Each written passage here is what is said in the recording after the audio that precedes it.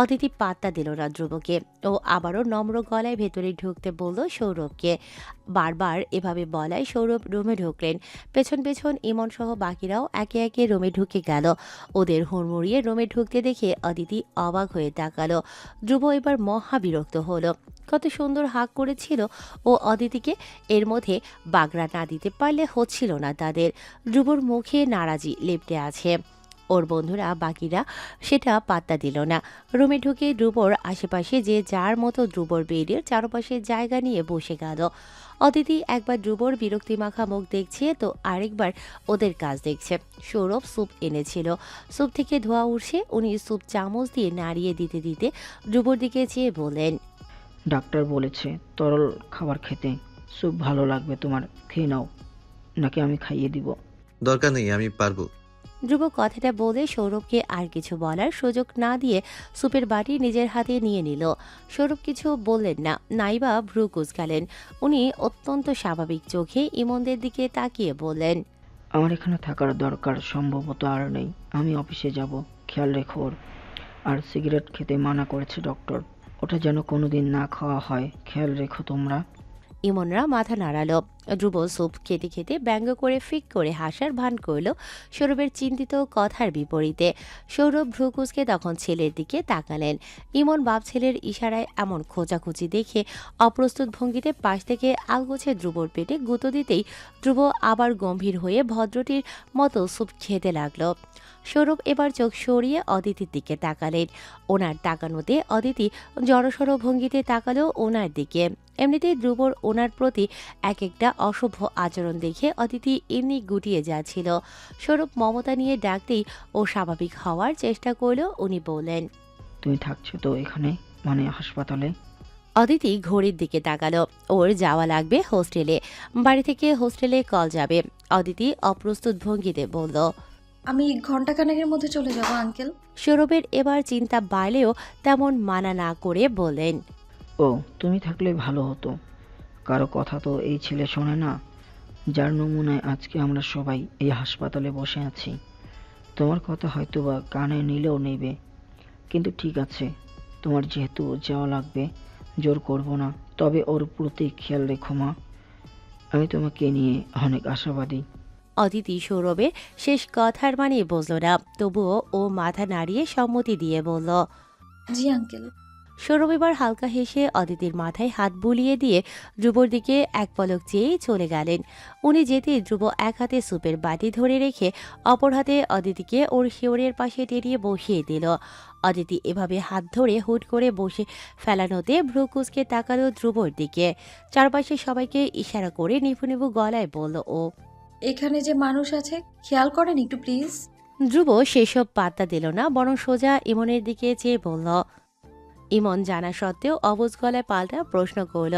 ধ্রুব খাওয়া থামিয়ে ভ্রু কুচকাতেই ইমন শুধরে গিয়ে গলা কেশে বলল, আরে আঙ্কেল স্যুপ কিনেছে, ঠান্ডা হয়ে যাবে সেজন্য আমাদের বাধার নামে নেই। তোর মতোই বড় বড় পা ফেলে চলে এসেছে, থামাতে থামাতেই সোজা তোর রুমে হাজির। আমরা কি করব এখানে? ইমন এবার ভ্রু বাঁকিয়ে হঠাৎ বাঁকা হেসে ঠাট্টা করে বলল, কেন, মুন্নি বদনাম হোগাই সিন চলছিল নাকি তোদের মধ্যে?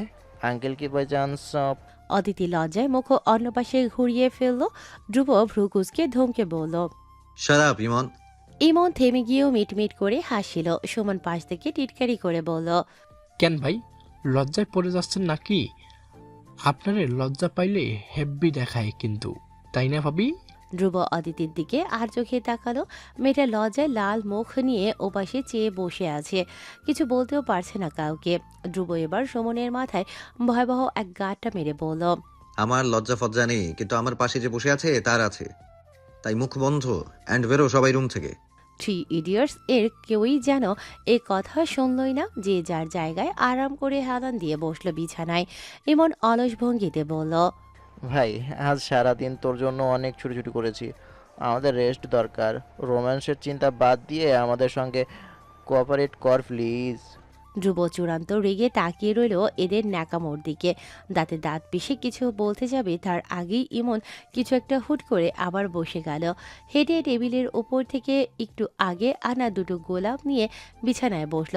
একটা অদিতির দিকে বাড়িয়ে অপরটা ধ্রুবর দিকে বাড়িয়ে দিয়ে চোখ টিপে বলল, আমার বন্ধু অ্যান্ড বন্ধুর সদ্য হওয়া গার্লফ্রেন্ডের জন্য দুটো গোলাপ আমার পক্ষ থেকে। অদিতি হেসে ফেলল। আলগোছে হেসে গোলাপটা হাতে নিয়ে ছোট্ট করে বলল, থ্যাংক ইউ ভাইয়া। কিন্তু ধ্রুব গোলাপটা নিল না। ইমন ধ্রুবর হাতে আবার জোর করে একটি গোলাপ ধরিয়ে দিয়ে হেসে হেসে বলল, কংগ্রেস মাম্মা, আপনার নতুন মিঙ্গেল জীবনের জন্য। অদিতির হাতে ইমন গোলাপ দিয়েছে। ও সেটা হাতে নিয়ে লজ্জায় চুপ করে বসে রয়েছে। আবার মাঝে মধ্যে আর চোখে ধ্রুবকে দেখছে। ফুল হাতে ধ্রুবকে দেখাচ্ছে ভীষণ বিরক্ত। ফুল টুলে ধ্রুবর জমেনি কোনো দিনই, এবারেও হলো তাই। ধ্রুব ফুলটা কর্কশভাবে চেপে ধরে রেখেছিল। হাতে বিরক্ত ভঙ্গিতে বলল, তাই বলে ফুল নিব্বা বাচ্চা আমরা এখনো। ইমন অবাক হয়ে বলল, আরে ফুল হচ্ছে প্রেমিকদের আজন্ম সাথী। তোর না ভালো লাগলে অদিতিকে দিয়ে দে, ওর তো ফুল ভালো লাগে ভীষণ, রাইট অদিতি? অদিতি তাকিয়ে রইল, বলার চেষ্টা করলো। আমি ধ্রুব ফুল হাতে অদিতির দিকে ফিরল। অদিতিও তাকালো। ধ্রুব ফুলটা দেখিয়ে ভ্রু বাঁকিয়ে প্রশ্ন করলো, ফুল তোমার পছন্দ? নিবে এটা? অদিতি বোকার মতো তাকিয়ে রইল। কি বলা উচিত ওর? ফুল তো ধ্রুবর নিজে থেকেই দেওয়া উচিত। সেখানে ধ্রুবর বন্ধুদের সামনে ও বলবে যে আমার ফুল পছন্দ, আমাকে দাও এটা। ছি, কি বিদঘুটে লাগবে দেখতে ব্যাপারটা। অদিতি মানা করতে চাইল। ধ্রুব সেসবের ধার অবধি ধারল না। ও সোজা অদিতির কানের পেছনে ফুলটা গুজে দিয়ে বলল, কিছু পছন্দ হলে বলা উচিত, আনিয়ে দেবো ওকে। অদিতি ঘোর লাগা চোখে তাকিয়ে রইল অপলক ধ্রুবর দিকে। ওর চোখগুলো আবার টলমল হচ্ছে। এই প্রেমিক ধ্রুবর এত মারাত্মক কেন? কেন যে সে সব কিছু ছেড়ে ছুড়িয়ে অদিতির মতো মেয়েকে এভাবে মারাত্মকভাবে ভালোবাসতে জানলো? অদিতি সেই কখন থেকে হাতে থাকা ফুলটাই দেখে যাচ্ছে। কানের পেছনে ধ্রুবর গুজে দেওয়া ফুল ভালো লাগায় শরীর মন ছেয়ে যাচ্ছে ওর। ধ্রুব বাকিদের সঙ্গে গল্পে মশগুল। অদিতি এই যাত্রায় ঘড়ির দিকে চেয়ে বলল, আমার যাওয়া লাগবে, এবার হোস্টেলে কল আসবে বাড়ি থেকে। ধ্রুব গল্প থামিয়ে ঘড়ি দেখলেও ভ্রু কুঁচকে ও বলল, সবে 6টা বাজে, এত দ্রুত কেন? আর একটু থাকো আমার কাছে। I am sick, take care করো আমার। ধ্রুবর এমন ছেলে মানসিক কথায় হেসে ফেলল অদিতি। হাসি থামিয়ে লাজুক গলায় বলল, বাড়ি থেকে কল আসবে আমার, আমাকে ওখানে না পেলে সমস্যা হবে। ধ্রুব হতাশ শ্বাস ফেলল। আবার পরিবারের অজুহাত, কিন্তু ও অদিতির দিকটা বুঝতে পেরে হার মেনে বলল, ঠিক আছে যাও, আমি তানিয়াকে বলে দিচ্ছি, নিয়ে যাবে ও তোমাকে। অদিতি সম্মতি দিয়ে উঠে দাঁড়ালো। কাঁধে ব্যাগ নিয়ে আরেকবার ধ্রুবর দিকে তাকালো। অসুস্থ ধ্রুবকে এভাবে ছেড়ে চলে যেতে ওর অপরাধ বোধ হচ্ছিল। ও ধীর গলায় বলল, আসি, ভালো থাকবেন, কাল আবার আসবো। ধ্রুব মাথা নেড়ে সায় দিল। অদিতি চলে যাচ্ছে। দরজা খুলে বেরিয়ে যাবার আগে আরও একবার ধ্রুবর দিকে তাকালো। ধ্রুব তখন ওর দিকে তাকিয়েছিল। অদিতি ঠোঁটে হালকা টেনে মুচকি হাসল। ধ্রুবর তীক্ষ্ণ চোখ সেই হাসিতে নিমিষেই ঠান্ডা হয়ে গেল। ধ্রুব মোহিত দৃষ্টিতে অদিতির দিকে চেয়ে হালকা হাসল। দুজনের হাসি দুজনের আজকের দিনটা পরিপূর্ণ করল। অদিতি দরজা লাগিয়ে চলে গেল। ও যেতেই পাশ থেকে রাজন এবার বিরক্ত হয়ে বলল, ভাইরে এমন অসুস্থ অবস্থাতে ফেলে চলে গেল ভাবি, আমার দুঃখ হইতেছে। ধ্রুবর মনটা খারাপ ছিল, তবুও ও উত্তর দিল। ওর ফ্যামিলি? পাশ থেকে সুমন থামিয়ে দিয়ে বলল, ভাই, আমার মনে হচ্ছে আপনার প্রেম সাকসেসফুল হবে না। ভাবি শেষ মুহূর্তে যদি আপনার সঙ্গে চিট করে, আই মিন ওনার বাবার মতের পক্ষে যদি অন্য কাউকে বিয়ে করে ফেলে। ধ্রুব চিন্তিত হলো না। হালকা হাসি ঠোঁটে ঝুলিয়ে রেখে বলল, ও এমন করবে না, এমন মেয়ে ও না। ধ্রুবর বিশ্বাস দেখে সুমন ভ্রু কুঁচকে বলল, আপনি এত শিওর কিভাবে? ধ্রুব উত্তর দিল এ কথার। যদিও এমন হতো তাহলে আমাকে শুরুতেই আমার এত কষ্ট এত সাফারিং দেখে ও হ্যাঁ বলে দিত। বাকি যা হবার হয়ে যেত সেসবেরও ধার ধারতো না, কিন্তু ও সেটা করেনি। ভবিষ্যতের ভয়ে আমাকে ফিরিয়ে দিয়েছে বারবার। এখন যখন ও নিজে সবার সঙ্গে ফাইট করতে রেডি আমার জন্য, ঠিক তখনও আমাকে হ্যাঁ বলেছে। আমি চিনি ওকে, she will definitely fight for me, for my love. Suman চেয়ে রইল ধ্রুবর দিকে। ধ্রুবকে আজ বহুদিন পর এতটা খুশি দেখা যাচ্ছে। ওদেরও এটা দেখে ভালো লাগছিল ভীষণ। তাই কেউই এটা নিয়ে আর কথা বাড়ালো না তেমন। এবার ইমন পাশ থেকে বলল, এরপর রিলেশন তো হয়ে গেল মামা, জিতে গেলি তুম। ধ্রুব উত্তর দিল না। রাজন বলল, ভাই, তন্ময়ের কি করবেন? ওরে এবার আমরা সবাই দেখা নিমু। কত বড় বড় কথা বলছে, কত বড় বড় কথা বলছে না আপনার সামনে। ওর জিভা টেনে ছিঁড়া লইমু একবারে। আপনি একবার ডিসচার্জ পাইয়া যান। ধ্রুব এবার উত্তর দিল, বাঁকা হাসি ঠোঁটে রেখে রহস্য করে বলল। কালকে দেখা হচ্ছে ওর সঙ্গে, মেসেজে ওকে রেডি থাকতে বলিস। ইমন বলল। তোর ডিসচার্জ হবে পরশু, কাল কিভাবে? ধ্রুব পাত্তা না দিয়ে বলল, তুই জাস্ট তন্ময়কে আমার নামটা আরেকবার মনে করিয়ে দে, বাকিটা আমি দেখে নিচ্ছি আগামীকাল। Now Tanmoy is going to be destroyed totally by this Dhruba Yamin. Dhruba কপালে ব্যান্ডেজ নিয়ে ওই অসুস্থ অবস্থাতেই আজ ভার্সিটির আড্ডাখানায় বহুদিন পরে এসেছে। এতদিন পর ধ্রুবকে ভার্সিটিতে, অথচ অসুস্থ দেখে জুনিয়ররা একে একে এসে জিজ্ঞেস করে যাচ্ছে ওদের প্রিয় সিনিয়র ধ্রুবভাই এর কি করুণ অবস্থা। চোখে দেখা যাচ্ছে না এসব, বুকটা যেন ফেটে যাচ্ছিল এক একজনের। ওরা সবাই দেখা করে যাওয়ার পর ধ্রুব ক্লান্ত ভঙ্গিতে শার্টের হাতা ফোল্ড করতে করতে ইমনকে বলল। তন্ময় কই? বলিসনি ওকে আমি দেখা করতে চাইছি? ইমন এবার গড়িমসি করা শুরু করলো, অপ্রস্তুত গলায় বলল। বলছিলাম তো, রাস্তায় মনে হয়। ধ্রুব শার্টের হাতা ফোল্ড করেছে, ওর হাতের ঘন লোম ভেন্স গুলো ভেসে উঠেছে শ্যামলা তক্তায়। ওর সামনে সাইনবোর্ড লাগানো, এখানে ময়লা ফেলবেন না। ধ্রুব সব মানে না। একটু আগে খেয়ে শেষ করা কোকের খালি বোতল ছুঁড়ে ফেলে দিল রাস্তায়। অলস ভঙ্গিতে সিগারেট ঠোঁটে চাপে, লাইটার পকেট থেকে বের করলে ইমন দ্রুত ওর হাত চেপে ধরে। ধ্রুব এক হাতে লাইটার আর ঠোঁটে সিগারেট চাপা অবস্থায় এক ভ্রু উচালো। ইমন সরাসরি করা গলায় বলল। সিগারেট খাবি না একদম, অন্তত একটা সপ্তাহ ওয়েট কর না ভাই। ধ্রুব ইমনের কথাতে ভ্রু কুঁচকে ফেলল। পরপর ওর চেপে রাখা হাত নিজের হাত থেকে ছাড়িয়ে নিয়ে সিগারেটে লাইটার দিয়ে আগুন ধরাতে ধরাতে বলল। জ্ঞান ছাড়িস না, মাথা ঠান্ডা করা লাগবে। ইমন হতাশ, চূড়ান্ত হতাশ। তাই ও না পারতে এবার আসল চাল চেলে দিল। বাঁকা হেসে ধ্রুবকে শুনিয়ে শুনিয়ে বলল। আচ্ছা ভাবিরে কল দেব। জনাব, তার প্রেমিক ধ্রুব খাচ্ছেটা কি?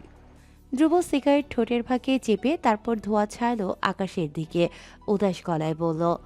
পাবি না এখন, ক্লাসেও। ইমন হেসে হেসেই বলল।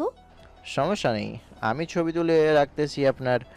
আপনি যে সিগারেট খাচ্ছেন, ভাবিরে বললে খবর আছে তোর। ধ্রুব বিরতি নিল, আঙুলের ফাঁকে সিগারেট রেখে ভ্রু কুঁচকে তাকালো ইমনের দিকে, গাছাড়া ভঙ্গিতে বলল। তোর কি মনে হয় ধ্রুব ইয়ামিন ওকে ভালোবাসি দেখে সম্পূর্ণ ওর আয়ত্তে চলে গেছে? লিসেন, আমাকে এত সহজে বদলানো যাবে না। অ্যান্ড সবচেয়ে বড় কথা, ও এভাবেই আমাকে এই রূপেই ভালোবেসেছে। ওর সমস্যা থাকলে নিশ্চয়ই আমাকে হ্যাঁ বলতো না। ধ্রুব কথাটা বলে আবারও সিগারেট ঠোঁটে চাপলো। ওপাশে ইমন হতাশ চোখে ওকে দেখতে থাকলো। মনে মনে ভাবে, এই যে আঙ্কেল এত আশা নিয়ে বসে আছেন, একদিন ধ্রুব ঠিক হয়ে যাবে। শেষ আশা যে দুরাশা হয়ে যাচ্ছে সেটা উনি জানলে কি হবে? মনে তো হচ্ছে না এই যেদি ধ্রুবকে অদিতি অবধি সোজা করতে পারবে। হঠাৎ দূরে তন্ময়কে একটা ফুলের বুকে হাতে ওদের দিকে আসতে দেখা গেল। ইমন ওকে দেখে কিছুটা নড়ে চড়ে দাঁড়ালো। ওর ভয় হচ্ছে আজ ধ্রুব সব শুনলে কুরুক্ষেত্র বানিয়ে দেবে নির্ঘাত। ইমনের পিঠে কঘা পড়বে কে জানে। তন্ময় এসে ওদের সামনে দাঁড়াতেই ইমন গলা কেশে কিছুটা সরে দাঁড়ালো ধ্রুবর থেকে। ধ্রুব সিগারেট ততক্ষণে জুতো দিয়ে পিষে সোজা হয়ে দাঁড়িয়েছে, মুখোমুখি হয়েছে তন্ময়ের। তন্ময় যেন ধ্রুবর ওসব কিছুর ধার ধারলই না, সোজা ধ্রুবর হাতে ফুলের বুকেটা ধরিয়ে দিল। ধ্রুব বিস্মিত ভঙ্গিতে হাতে ধরে রাখা বুকেটা দেখে আবার তন্ময়ের দিকে ভ্রু কুঁচকে চাইল। তন্ময় গাল ভরিয়ে হেসে বলল। কংগ্রাচুলেশন ধ্রুব ভাই, অদিতি ভাবি ইজ ফাইনালি ইয়োর্স। ধ্রুব এক হাতে বুকে নিয়ে থম মেরে দাঁড়িয়ে আছে। তন্ময়ের ভাবগতি ওর সুবিধা লাগছে না। তন্ময় মুহূর্তেই এমন রং বদলে ফেলা ওকে অবাক করল। রাজন পাশ থেকে এসব নাটক মঞ্চ দেখে তন্ময়ের দিকে তেড়ে গিয়ে বলল। ওই পোলা, ভাইয়ের পা ধরে মাপ চাওয়ার বদলে তুই ভাইরে কংগ্রেস জানাস, টিক্স খাটাস ভাইয়ের লগে। তন্ময় হেসে হেসেই বলল। ট্রিক্স? ওটা আমি না, আপনাদের ধ্রুব ভাই এর বাবা খাটিয়েছে, মানে আমাদের খাদ্যমন্ত্রী সৌরভ ইয়ামিন। ধ্রুব ভ্রু কুঁচকে প্রশ্নবোধক চোখে চেয়ে রইল তন্ময়ের দিকে, জিজ্ঞেস করল। মানে? তন্ময় জবাব দিল অলস ভঙ্গিতে। আপনার সামনে থাকা ইমন ভাইকে জিজ্ঞেস করুন, সেই তো আমাকে টাকা দিয়েছে যেন আমি আপনাকে রাজি করার কথা বলে উস্কে দেই। রাইট ইমন ভাই? ইমন ঢোক গিলে ধ্রুবর দিকে তাকালো। ধ্রুব ভ্রু বাঁকিয়ে ইমনের দিকে চেয়ে জিজ্ঞেস করলো। তন্ময় এসব কি বলছে? ইমন শান্ত গলায় বোঝানোর চেষ্টা করলো। ভাই আমার আমার আমি বুঝিয়ে বলছি, তুই ঠান্ডা মাথায় আমার কথা শুনবি, ওকে? ধ্রুবর এখনো কিছুই বুঝতে পারছে না, কিন্তু এতটুকু বুঝতে পেরেছে ইমন কোন সাহসে ওর বন্ধু হয়ে সৌরভের সঙ্গে তাল মিলিয়েছে। তবুও ইমনকে ও আঘাত করতে চায় না, তাই ঠান্ডা গলায় বলল। হয়েছে কি বল?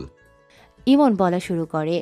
তুই অদিতির প্রতি শুরুর দিন থেকেই দুর্বল ছিলি, এটা তুই স্বীকার না করলেও আমরা জানতাম, দেখেছি আমরা তোর পাগলামি। ওই দিন অদিতি অজ্ঞান হয়ে গেছিল না, তুই ওকে অবস্থাতে দেখেও ওর পাশ অব্দি যাসনি। অবশ্য পরবর্তীতে গেছিস যখন অন্য পুরুষ ওকে ছোঁয়ার চেষ্টা করছিল। তুই নিজেকে অদিতির পাশে ভাবতেও হীনমন্যতায় ভুগছিলি। আঙ্কেল হয়তোবা সেটা বুঝতে পেরেছে। উনি আমাকে একদিন ওনার অফিসে ডাকেন। আমি ওই দিন থেকে বার্ষিকটি রেখে ওনার অফিসে যাই। আঙ্কেল আমাকে তোর অদিতির ব্যাপারে সব বলতে বলে। আমি সব বলি, যে তুই ওকে ভালোবাসিস কিনা শিওর না, তুই কখনোই আগাবি না অদিতির দিকে, চাইবি না তোর এই নষ্ট জীবনে কোনো মেয়ে আসুক। আঙ্কেল সেটা বুঝে আমাকে বলে, তুই যেমন রাগী জেদি, তোকে একদমই উস্কে দিতে পারলেই অদিতির কাছে তুই যাবি, ওকে কনভিন্স করবি। তাই আঙ্কেল নিজে আমাকে তন্ময়ের বাজি ধরার বুদ্ধিটা দিলেন। আমি ভাই বিশ্বাস কর, শুরুতে মানা করেছি কসম, কিন্তু আঙ্কেল চাইছিলেন তুই ভালো হ, সুস্থ জীবন কাটা। অদিতি ভালো মেয়ে, যে তোকে তোর এই নষ্ট জীবন থেকে ছিনে নিয়ে আসবে। অদিতির মধ্যে আঙ্কেল আশা রেখেছিলেন, তাই আমিও তোর ভালোর কথা ভেবে শেষ অবধি রাজি হই। ওই দিন ভার্সিটি এসে তন্ময়ের সঙ্গে কথা বলি, তন্ময় আমার পরিচিত হওয়ায় রাজি হয়ে যায়। ব্যাস, বাকিটাই অবধি এসে পৌঁছে যায়। ধ্রুব হতভম্ব ও চোখ কপালে তুলে শুনে যায় এসব। ওর ফিলিংস নিয়ে খেলা হচ্ছিল এতদিন। ধ্রুব রাগের মাথায় ইমনের দিকে তেড়ে যায়। ইমনের কলার চেপে ধরে চেঁচিয়ে বলে। শালা তুই কেন আমার বাপের লগে মিলে এমন ফালতু বুদ্ধি করবি? তোকে তো আমি।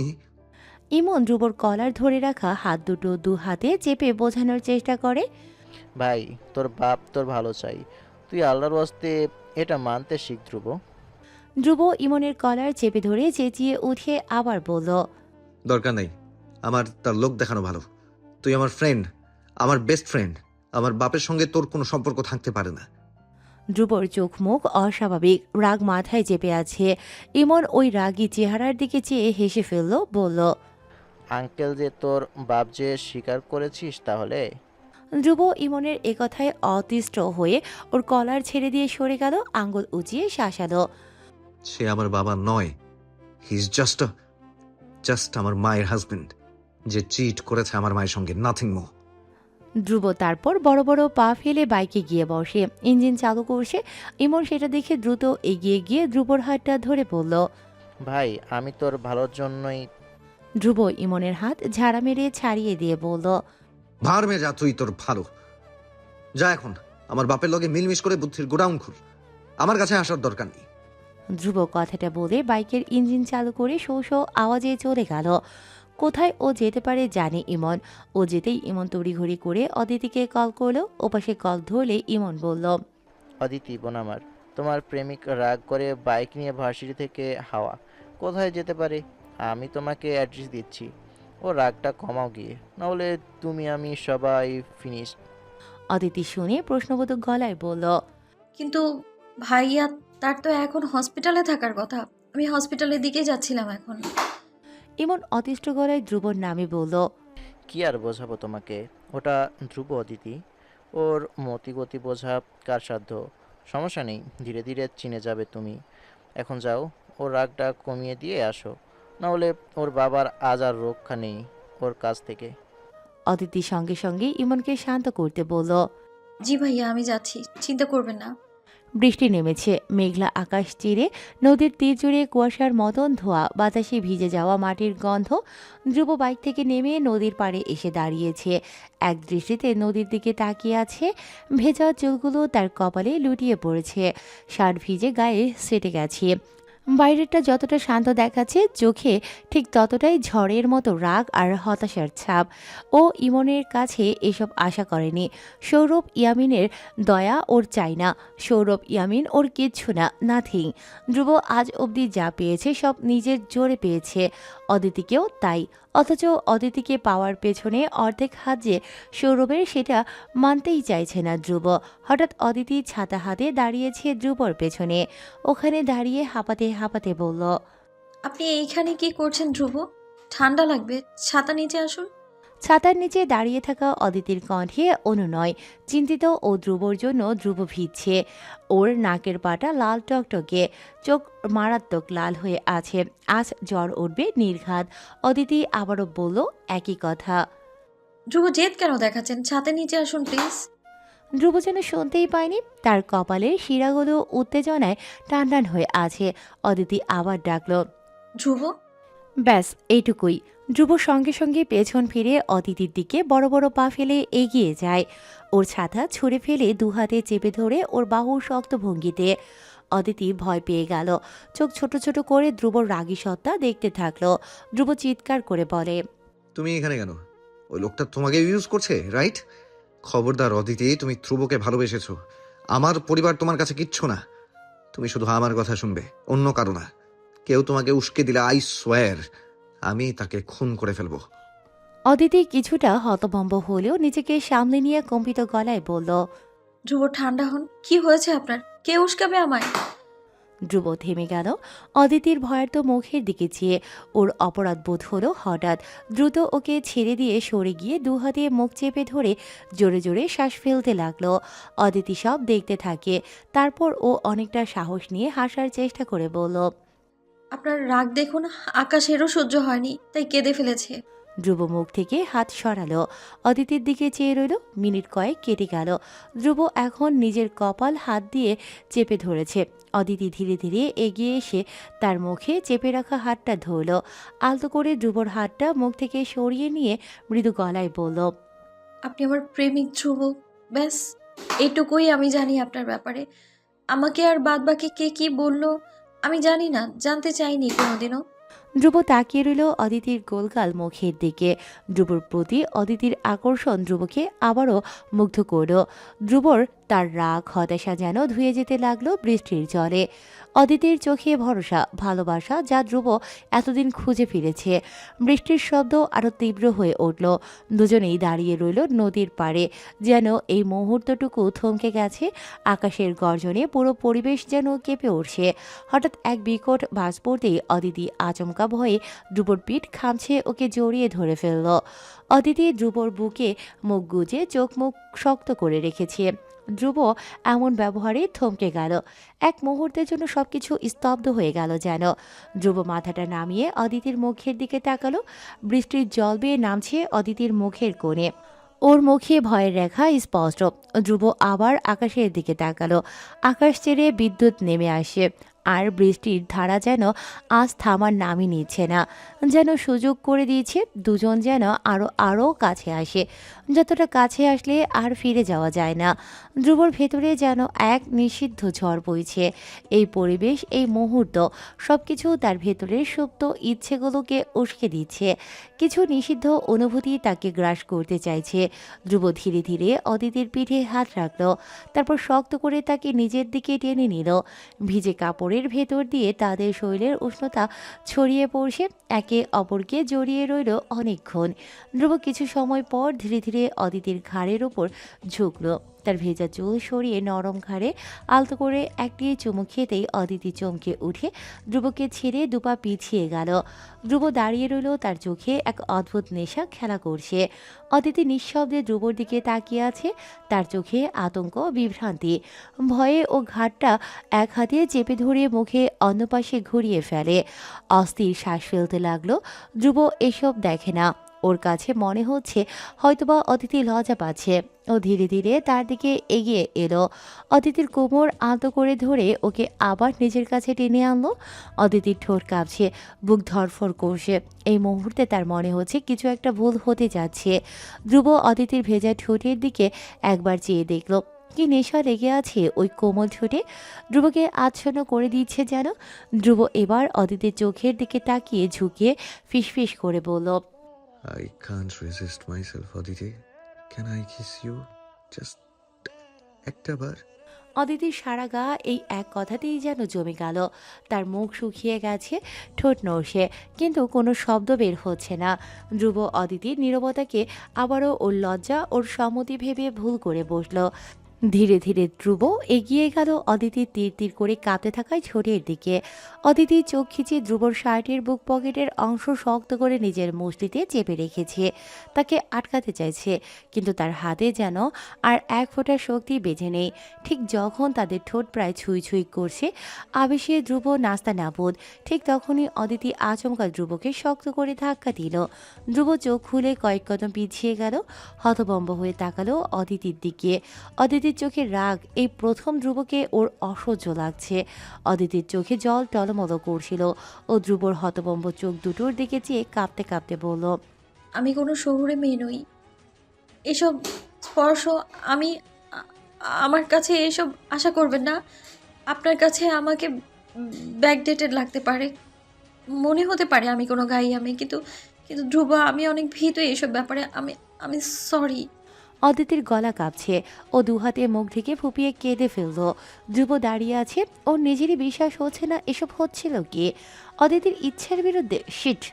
মনে মনে ধ্রুবর অপরাধ বোধ হলেও মস্তিষ্কে যেন চেপে ধরেছে। অদিতি তাকে ধাক্কা দিয়েছে, ওকে অপমান করেছে। অদিতি কেন শুরুতেই মানা করেনি, কেন চুপ ছিল? তাহলে ধ্রুব এতদূর নিশ্চয়ই আগত না। অদিতির চুপ থাকাকে ধ্রুবর সম্মতি ভেবেছে। এটাতে ধ্রুবর দোষ কোথায়? রিলেশনশিপে তো এসব নর্মাল। তারপর ধ্রুব থামলো হঠাৎ। দোষ কি অদিতির? হয়তোবা ওরই। ওই এগিয়েছে, ধ্রুব থামলো, চোখ বুজে অন্য পাশে ঘুরে গেল। মনে মনে কঠোর সিদ্ধান্ত নিল, আজ থেকে ও অদিতিকে ছোবে না, এক ফোঁটাও না। দুপুর পেরিয়ে বিকেল হয়েছে। পাশেই কোনো মসজিদে আসরের আজান হচ্ছিল। বৃষ্টি কমেছে সেই কখন। আকাশ তখনও মেঘলা। অদিতির ভেজা গায়ে কোনো রকম শাল পেঁচিয়ে ছোট ছোট ফা ফেলে হোস্টেলের করিডোর থেকে রুমের দরজার সামনে দাঁড়িয়ে জোরে এক নিঃশ্বাস ফেলল। গায়ে ভেজা জামা, লম্বা কোমর ছড়ানো চুল কয়েকটা কপালের কাছে লেপটে গেছে, অথচ চোখ দুটো যেন বৃষ্টির চেয়েও গভীর অস্থির। দরজা ঠেলে ভেতরে ঢুকলো অদিতি। ঘরটা অন্ধকার, রুমে তানিয়া নেই। অদিতি ভেজা গায়ে রুমে ঢুকে দরজায় সিটকিনি দিল। তারপর দৌড়ে জানালার সামনে দাঁড়িয়ে বাইরে তাকাতেই দেখল ধ্রুব বাইকের সিটে বসে সিগারেটের ধোঁয়া ওড়াচ্ছে। সাদা শার্টটা ভিজে চুপচুপে হয়ে আছে, কয়েকবার হাঁচিয়েও দিচ্ছে। অদিতির তাকিয়ে রইল। হঠাৎ ধ্রুব সিগারেটের ধোঁয়া ওড়াতেই ওড়াতে উপরের দিকে তাকালো। অদিতি ওকে তাকাতে দেখে মুহূর্তেই সরে গেল জানালার আড়াল থেকে। ধ্রুব এলোমেলো পর্দার নড়াচড়া দেখে যা বোঝার বুঝে গেল। ও আর তাকালো না একবারের জন্যেও। একটা ম্লান হাসি দিয়ে সিগারেট ফেলে বাইক স্টার্ট দিল।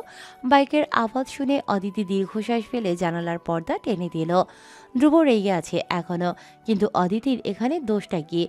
ধ্রুব কেন বুঝতে চাইছে না ওকে? মন খারাপ করে অদিতি পেছন ফিরতেই দেখে তানিয়া গামছা চুলে পেঁচিয়ে সামনেই দাঁড়িয়ে।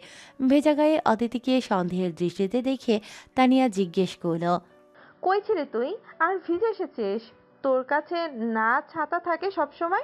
অদিতি নজর লুকিয়ে দ্রুত শুকনো কাপড় ড্রয়ার থেকে নিতে নিতে বলল, ব- বাইরে যাওয়া লেগেছে, ছাতা হারিয়ে গেছে। তানিয়া হাত গুটিয়ে দাঁড়িয়ে রইল, পুরো রুমটা দেখে বলল, তুই রুমের কি অবস্থা করেছিস? এখন গোসল করে আবার সব মুছতে হবে। অদিতি শুকনো জামা কাপড় হাতে নিয়ে বলল। আমার ঠান্ডা লাগছে ভীষণ, ফ্যান চালিয়ে দাও, গোসল করে এসে মুছে দিচ্ছি। অদিতি মাথা নিচু করে শুকনো জামা নিয়ে বাথরুমে ঢুকে গেল। গরম পানির স্পর্শে কিছুটা স্বস্তি পেলেও বুকের ভেতরে সেই অস্থিরতা কমল না। ও অনেকক্ষণ পর জামা বদলে বেরিয়ে দেখে তানিয়া ফ্যান চালিয়ে ঘর মুছে। অদিতি তানিয়ার হাত থেকে ঘর মোছার লাঠি নিয়ে নিজে মোছা শুরু করলো। তানিয়া চুল থেকে গামছা খুলে সেটা মেনে নিয়ে বিছানায় এসে বসলো। ব্যস্ত অদিতির দিকে চেয়ে হাসি মুখে বলল, ধ্রুব ভাইয়ের সাথে ছিলে? অদিতি ঘর মুছতে মুছতে একটু ইতস্তত করে বলল। হুম। তানিয়ার কাছে অদিতিকে ঠিক লাগছে না। ও চোখ ছোট ছোট করে প্রশ্ন করল। সব ঠিক আছে তোদের মধ্যে? তোকে এমন শুকনো লাগছে কেন? অদিতির ভেতরটা কেমন যেন মোচড় দিয়ে উঠল। কি বলবে সে? ধ্রুব বয়ফ্রেন্ড হিসেবে ভীষণ রাগী জেদি। ছোট্টমাটো অদিতির দ্বারা তাকে সামলানোই যাচ্ছে না আজকাল। আজ দুপুরে ধ্রুবর সেই রাগী চেহারা, কর্কশ কণ্ঠ আর চোখের সেই কঠিন দৃষ্টি যেন এখনও তার সামনে ভাসছে। ধ্রুবর এমন কেন? এতটা রাগী কেন হতে গেল? অদিতি বুঝতে পারছে না আদৌ ধ্রুবর সঙ্গে মানিয়ে নিতে পারবে কি না। কিন্তু অদিতি তো বোকা, মনটা তো পুরোটাই দিয়ে বসেছে ওই রাগী জেদি ধ্রুবকেই। ফ্যান অফ করে দিয়ে অদিতি বিছানায় বসলো। ছোট্ট করে একটা শ্বাস ফেলে ফোনটা হাতে নিল। ধ্রুবর এখন অবধি কোনো মেসেজ কল আসেনি। অদিতি মনটা খারাপ করে ফোন রেখে দিল। কিছুক্ষণের মধ্যেই ফোন হঠাৎ বেজে উঠল। বাড়ি থেকে কল এসেছে। কল ধরতেই ওপাশে ফাহিমা বললেন। কি রে, তোকে কল দিচ্ছি দুপুর থেকে, তুই ধরলি না? অদিতি থামলো। কি জবাব দেবে ও? কখনোই মিথ্যে না বলা অদিতি এবার মিথ্যেটাই শোনালো তার মাকে। বাইরে ছিলাম মা, ভার্সিটিতে কাজ ছিল। ফাহিমা বললেন। ও, ভালো আছিস তো? অদিতি ছোট্ট করে উত্তর দিল। হ্যাঁ, তোমরা? ফাহিমা কিছু বলার আগেই পাশ থেকে ইফাস ফোনটা কেড়ে নিল তার থেকে। শুরুতেই ভালো মন্দের ধার ধারলো বলে বসলো। এই আপু, জানিস আজ গ্রামে বিচার বসেছিল। ওই যে রুমে আপা আছে না, ওই যে রুমা আপা আছে না, করিম চাচার মেয়ে, তাকে শাহেদ ভাইয়ার সাথে পাকড়াও করেছে। ফাহিমা বাকি কথা আর বলতে না দিয়ে তৎক্ষণাৎ ইফাসকে থামিয়ে ওর থেকে ফোন কেড়ে নিলেন। ধমকে উঠলেন ছেলেকে ফোনের মধ্যেই। একটা চট দিব। এই ছেলে, তোর বয়স কত? এসব কথার কি বুঝিস তুই? সব সময় পাকনামি। তোর আব্বারে বলবো?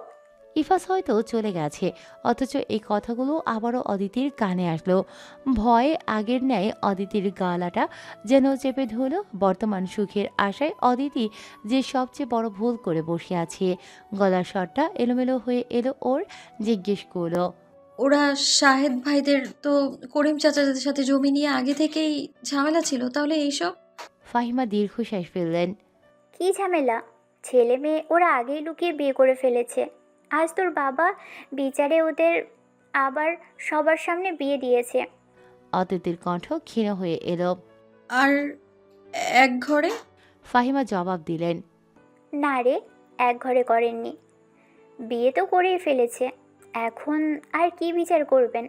তাই তোর বাবা শাহেদকে চাকরি দিতে বলে বিয়ে দিয়ে আলাদা থাকতে বলেছেন। গ্রামেই আছে ওরা।